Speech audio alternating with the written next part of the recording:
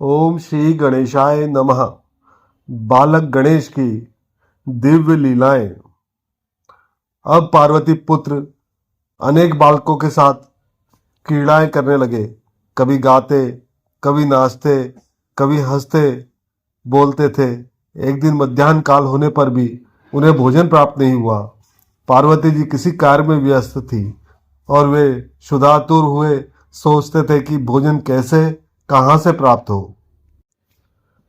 जब कोई उपाय समझ में नहीं आया तब वे महर्षि गौतम की कुटी पर जा पहुंचे। वह कुटी बहुत ही निकट थी। ऋषि पत्नी भोजन बनाती हुई किसी कारणवश उठकर पाकशाला से बाहर निकल आई। अवसर देखकर गणेश जी ने पाकशाला में जाकर पके हुए भोजन का पात्र उठाया और चुपचाप बाहर निकल आए। साथी बालकों ने पूछा, क्या है? उन्होंने कहा, भोजन है, भूख लगी है इसलिए उठा लाया। खेलते हुए बहुत देर हो गई, पहले खा ले तब अपन खेलेंगे। यह कहकर उन्होंने अन्नपात्र का अन्न सभी बालकों में बराबर बांट दिया तथा अपना भाग स्वयं ले लिया। सभी ने तृप्त होकर पुनः खेलना आरंभ कर दिया। इधर ऋषि पत्नी ने पाकशाला में जाकर देखा कि अन्न पात्र नहीं है। वे विस्मित चित्त से महर्षि जी के पास जाकर बोली, नाथ, पाकशाला में अन्न पात्र नहीं है। अभी बलि वैश्य देव कर्म भी नहीं हो पाया था। महर्षि को भी आश्चर्य हुआ। पाकशाला में गए और सब ओर दृष्टि घुमाई, अन्न पात्र कहीं नहीं था। तब बाहर निकलकर उन्होंने देखा उमा पात्र के साथ कुछ मुनि बालक खेल रहे थे और खाली अन्न पात्र उनके निकट पड़ा था। उनको यह समझते देर न लगी कि इन्हीं में से किसी ने अन्न पात्र चुराया और मिलकर खा लिया है।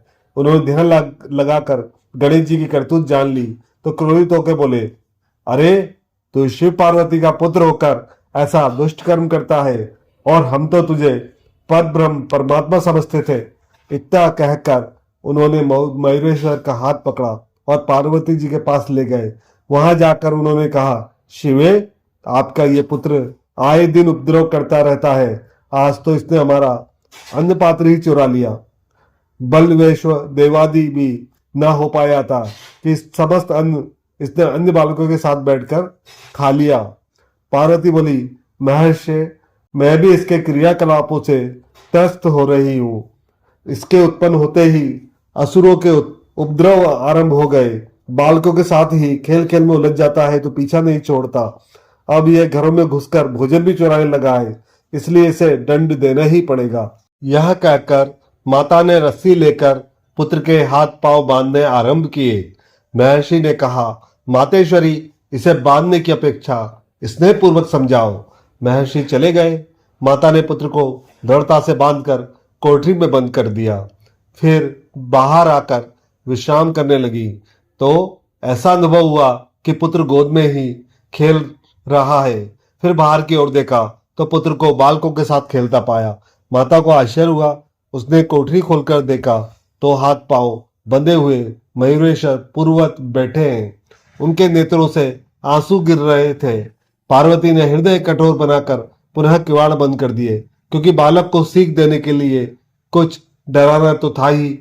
वे कुछ देर के लिए ऋषि पत्नी के पास जा बैठी, किंतु पुत्र के कोठरी में बंधा पड़ा रहने के कारण उनका मन न लगा। वे अपने आश्रम को लौटी तो मार्ग में देखा कि मयूरेश्वर खेल रहे हैं। माता ने पुत्र का दुख भूलकर उसे स्नेहपूर्वक पुकारा, पुत्र, घर चलकर जलपान कर लो। बालक ने उत्तर दिया, माता, यहाँ तो मयूरेश्वर नहीं है, उसे तो आपने कोठरी में बंद कर रखा है। माता को ध्यान आया और वह दौड़ी दौड़ी आश्रम में पहुंची। उन्होंने कोठरी खोलकर पुत्र को देखा तो वो रोता रोता सो गया था। माता ने बंधन खोलकर उसे हृदय से लगा दिया और स्तनपान कराने लगी। उधर महर्षि गौतम ने वहां से लौटकर देव पूजन आरंभ किया, किंतु यह क्या, उनके मंदिर की सभी मूर्तियां गणेश रूप में दिखी। कहने लगे, देखो मुझसे कितनी भूल हो गई। मयूरेश्वर को सामान्य बालक के समान पकड़कर उनकी माता के पास ले गया, जिन्होंने उन्हें लताड़ते हुए कठोर रस्सी से बांधकर घर में बंद कर दिया। वस्तुतः यह हमारा सौभाग्य था कि साक्षात परम ब्रह्म ने अपनी मित्र मंडली के साथ भोजन ग्रहण कर लिया है। हे भगवान, मेरा अपराध क्षमा करें। यह कहकर महर्षि श्री गणपति के ध्यान में मग्न हो गए और उनकी पत्नी अहिल्या पुनः भोजन बनाने में व्यस्त हो गई।